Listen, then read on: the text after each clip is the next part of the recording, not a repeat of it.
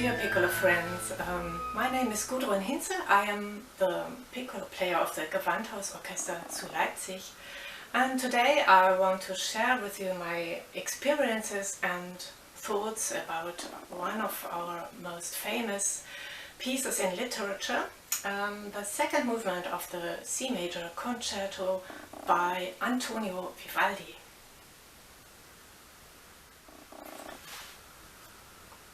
My first approach to a piece is always the historical context.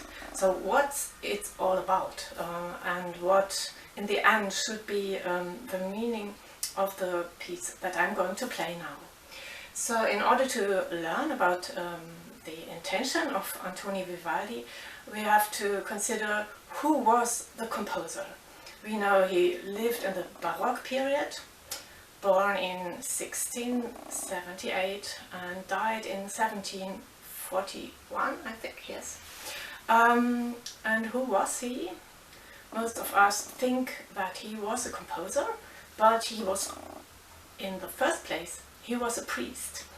At the young age of 15 years, he took the first ordination to be a priest and then worked in that profession for several years until he, for health reasons, had to give up to be a priest and only was a teacher and composer in the second time of his life. So he was a very religious person, and he worked not only in church but also in an orphanage, so in a home for young girls who lost their parents, and he was a teacher for them, a violin teacher, also violoncello and gamba later in his life. And when he gave up his profession as a priest, he composed lots and lots of music that was kind of educational material for the young girls he educated. So knowing that he was a really religious person gives us another view to this special movement, because the only information we get about the music is the title largo, which means broad, and a slow piece, but not only slow but extended in some way, so you have time, you can exhale in that kind of music, and it's it's giving space to the musicians who perform this. And next information we have, it's in the key, which would be E minor. So minor means perhaps something shadowy, something smooth, not actually it doesn't have to be melancholic or sad, because in these times minor was only the shadowy side of major, so it might be something comforting in that quality, not like we today think in our times it has to be something sad. We will see that later. And the last and most important information we get from the composer is the measure. The piece is written in 12/8 measure, and this is a very special kind of measure because not very many compositions are written like this. So what does this mean? There are very few forms of music that belong to this kind of measure, and remember that in Baroque period it was crucial to connect a certain kind of music, a certain character and form with a certain measure. It was really obligatory to use a certain kind of measure with a certain mood the piece would be in. And 12/8 is obligatory to write Pastorale or maybe Siciliano. In that case, I prefer to regard it not as a Siciliano, because that would be a dance, and the Pastorale is related to very special kind of concertos that were very popular in these times, meaning the so-called Christmas concertos. We know these pieces by composers like Corelli, Manfredini, and so on, and even later in music, composers like Johann Sebastian Bach used that kind, for example, in the Christmas oratory opening of the second part. So, to learn what mood and character that Vivaldi movement has, it is very, very useful to just play these other movements of the Christmas concertos by other composers, to just get into the tempo and the mood of a pastorale. I'll show you some examples now.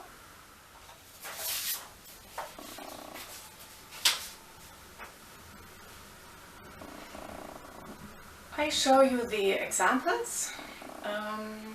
First of all, Manfredini.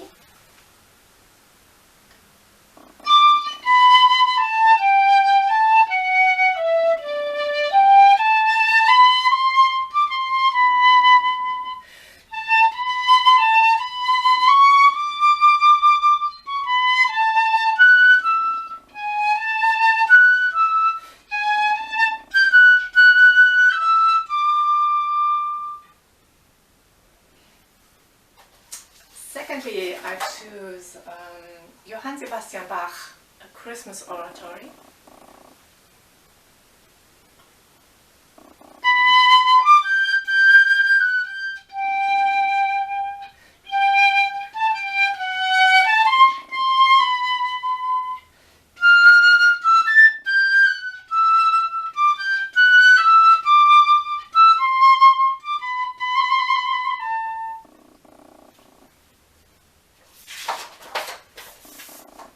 And now Corelli.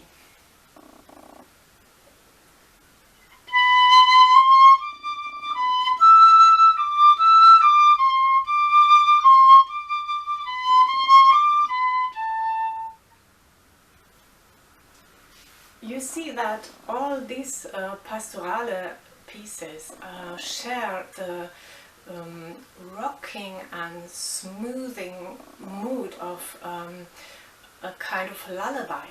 The situation is not only the peasants on the field who have to sing down their sheep to be calm and quiet, but it's the situation on the cradle when Mary and Joseph have their little baby, and the peasants are coming to worship the baby. And this is a situation of contemplation, of adoration, and a very, very quiet and peaceful mood. So this is the essence of what a pastorale is about. And we can find that in our movement of the Vivaldi concerto as well. So if you remember the rhythm and the tempo and the sweet, comforting mood of the pieces I played before, and now I start to play the second movement of Vivaldi.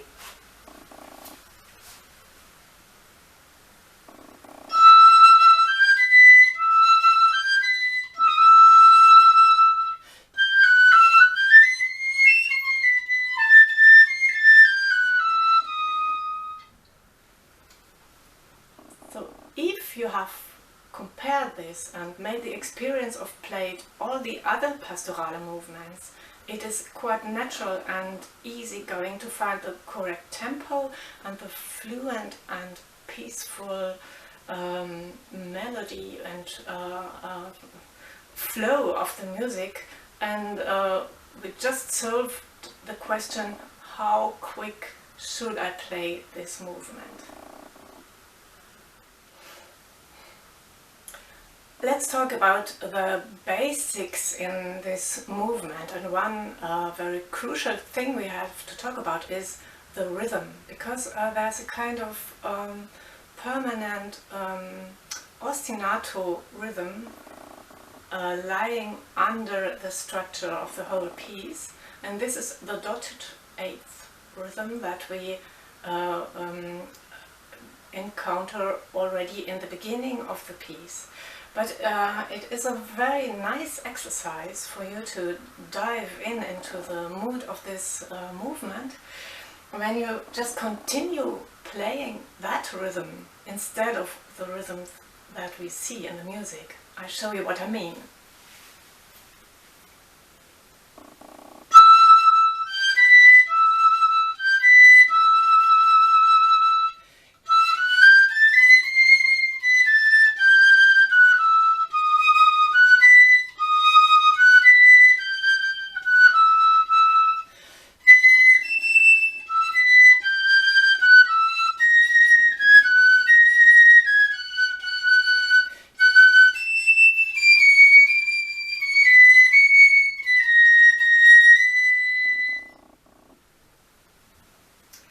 And so on. Why do I say that? Because in my experience, students are losing the tempo while they play all those black notes.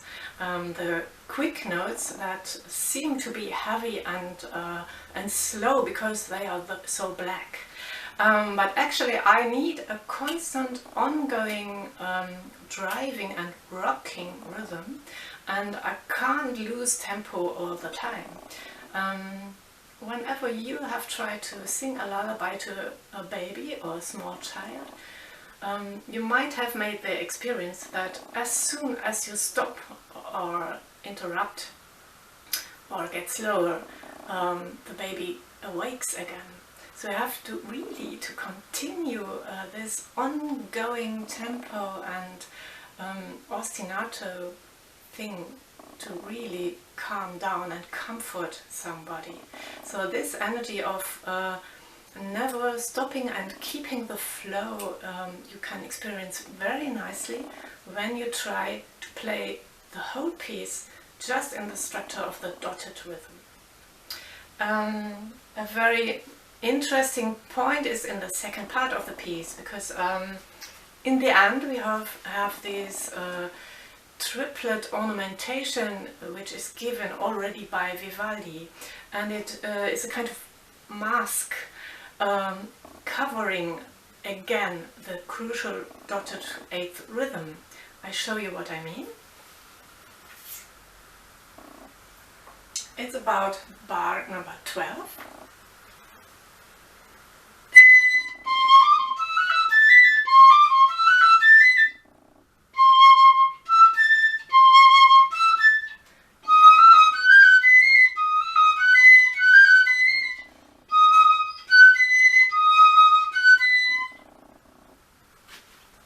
So the rhythmical structure, and on the other hand the structure of only chords, major and minor chords in a vertical direction, you can understand that very nicely if you also play this bar number 12, only in the dotted rhythm.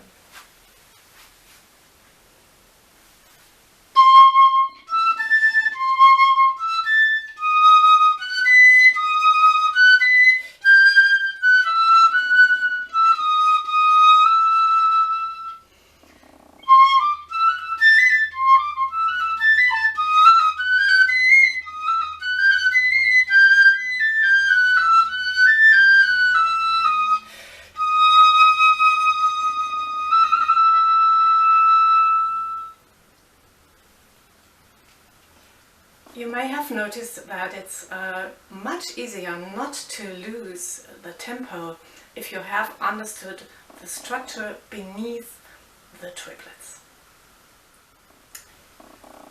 Another basic thing we have to talk about in this movement, because it's used so very often for auditions. This second thing would be intonation. And I brought my little referee for that exercising the intonation, and I recommend to to pick some important places in the movement, like the beginning, or the beginning of the second part, or bar number 3, and check the structure of octaves and pure quints that is beyond the structure, and where we can really check the intonation very easily, because octaves and quints we are used to check in intonation very easily. I show you.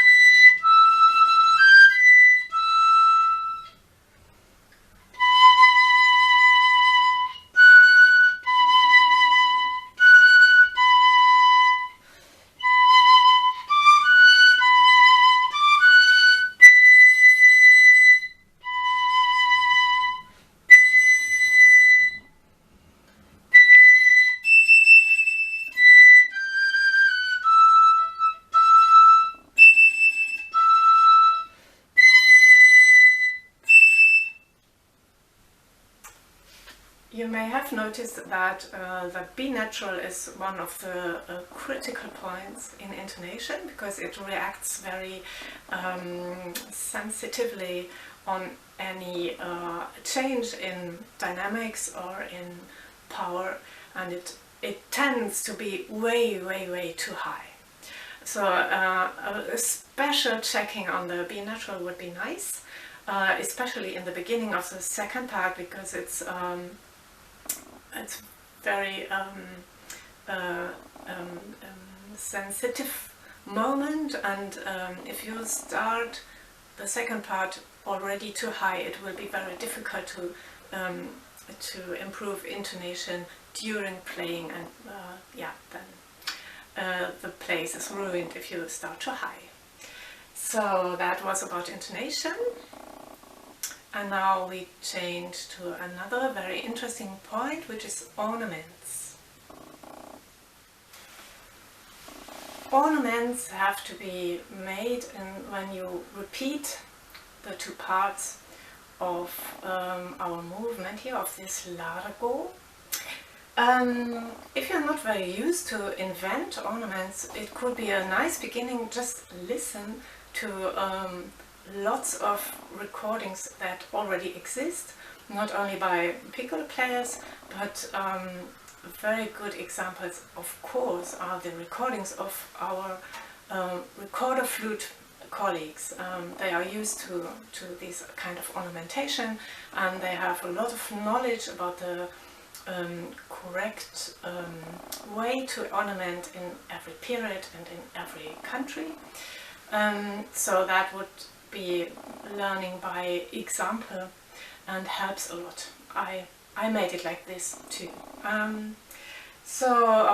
To start, where to make the ornaments. Of course, if you have repeated patterns, like in the first bar, this would be a place where you obligatory have to make an ornamentation. You can start very simple, and just for the beginner colleagues of ours, why not starting only making little trills, mordents, and little grace notes. Only these small diamonds here and there. And then that would sound like this.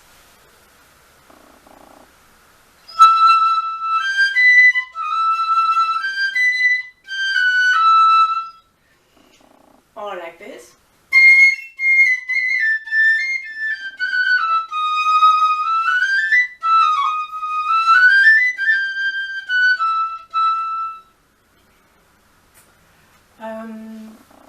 It is nice if you don't mix the kind of ornaments too much. So you can make trills and grace notes, and on the other hand you can make appoggiaturas or melodic little patterns. So if you mix that too much and make here a trill and then a melody and then a run through or a scale, it doesn't sound equal enough. And remember, we don't have to distract the general mood of comforting and smooth energy which is in the whole movement. So don't have the ambition to make the whole thing too loaded with ornaments. In the case you decide to make more melodic ornaments, find in the whole piece the places where we have jumps to have filled in. We have a lot of chording structures like bum bum, and you can fill in the thirds or the quart or even the octave intervals that are given, perhaps like this.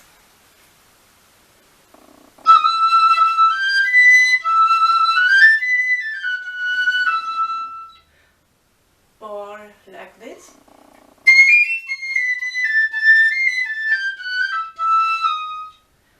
Or like this.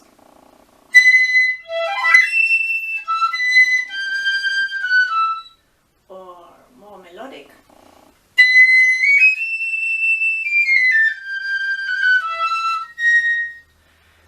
Or you can invent complete new places like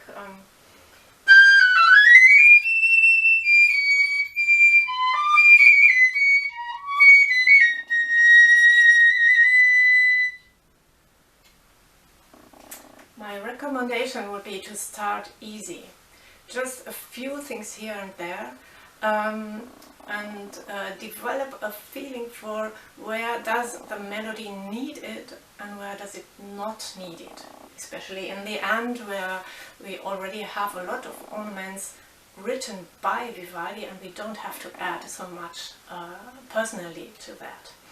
But always when we have a pure repetition of the same motive, then you have the chance to fill in something. Now we come to one very special point I want to discuss with you, which is the appoggiatura in the end, in the last bar, and in the bar in the ending of the first part. In the music you see an eighth note written as an appoggiatura before a dotted half note. And it's a lot of discussion how long to play that. Actually, there are rules. So if you read our big instruction how to play the flute by Johann Joachim Quantz, then you find the rules. The appoggiatura in a symmetric measure, like 2/4 or 4/4 measure, need half of the note, and the solution would be the other half of the note. So if I had a symmetric measure, I could play that appoggiatura even if it is written as an eighth note. It has to be played at least as a dotted quarter note. That will sound like this.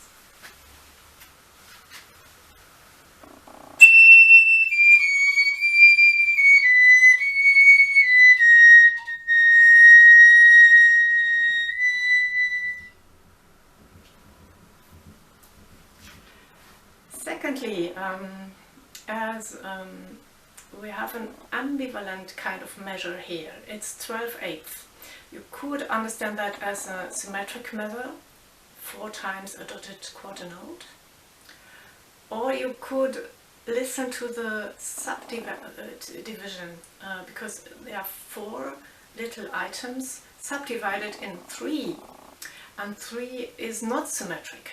So if you want, you can interpret this appoggiatura as a non-symmetric division, and then you could even play the appoggiatura, the dissonant, for 2/3 of the note, and only 1/3 is the solution. And again, remember we have a very religious background here, and the equivalent to this very, very long dissonant is the 3 days Jesus Christ needed after the crucifying to resurrection. There is 3 days of rest, and then resurrection comes. So you need to dive into the pain and into the darkness of death before you can really understand what the solution would be. I know in our days we don't do that.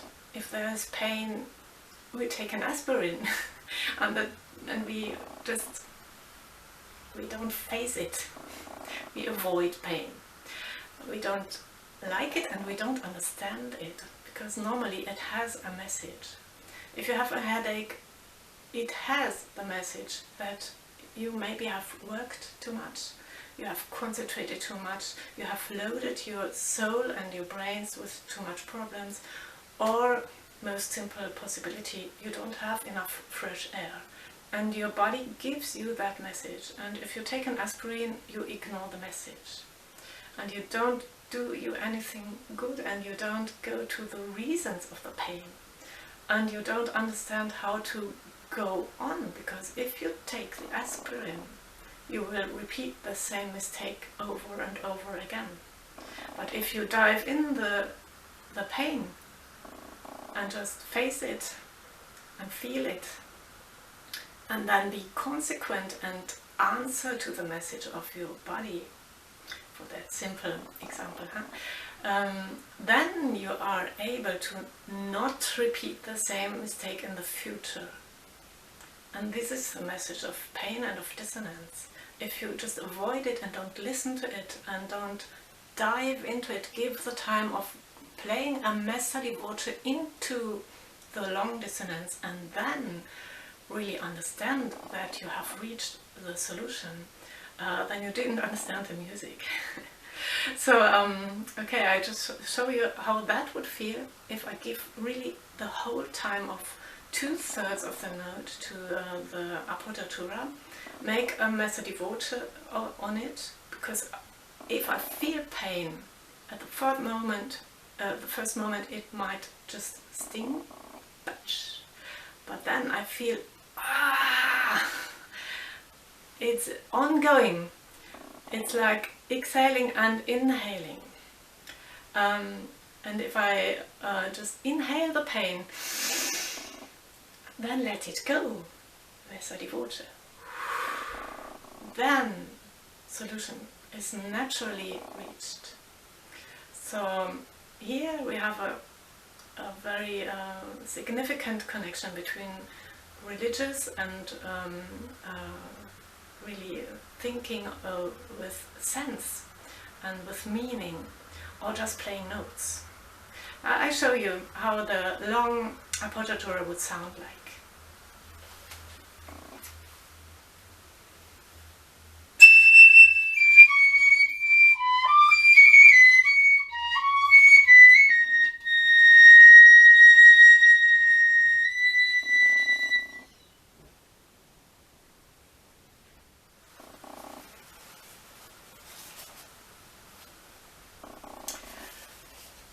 I'm recording this in December 2020, a very special year, a very special December, a very dark time of the year. And this matches magically the meaning of our Pastorale idea of the second movement of the Vivaldi concerto, because Christmas actually takes place in the darkest time of year. And every year we experience the darkest day of the year at the 21st of December, and then Christmas, the returning of the year of the light, 25th or 24th, however you are doing that in your country. Only 3 or 4 days later the light is returning, because this is the meaning of the Christmas feast, that Jesus Christ brought the light back into a dark world, a light of hope and of love, of course, of peace, because these are the only lights we have, and they are strong enough. So it might be a very good idea while you are playing this movement, that you're bringing back the light. I think that our little instrument, with its shining and brilliant sound and its at the same time naive and pure quality, can show that very, very well. So consider that you're playing like an inner light, hoping for the light to return, and I think we all could know that the light will return, because we experience that every single year, that it's getting darker until 21st of December, and then it's getting brighter again. So this is a very nice thought for me when I play that concerto, bringing the light into the dark. Yes, this year, 2020, if you know a little bit about astrology, we have a very nice and rare event on that very day, in the darkest day of the year. We have unification or conjunction of two planets in the sky, Jupiter and Saturn, meeting in the sign of Aquarius, which is a very light and welcoming the future sign. This is really a rare coincidence that it's taking place just on the 21st of December. And actually this constellation is the Star of Bethlehem, and it is we repeat constellation in the sky which already took place 2000 years ago and brought the light into the world. This is very special. I'm very happy that I can experience that I'm by coincidence born in this period where I can see that light again, which was visible on Earth 2000 years ago. So maybe this all connects to a very nice new understanding of music and of music making. I'm very hopeful that we will return to music making in the next year. And yes, let's bring the light.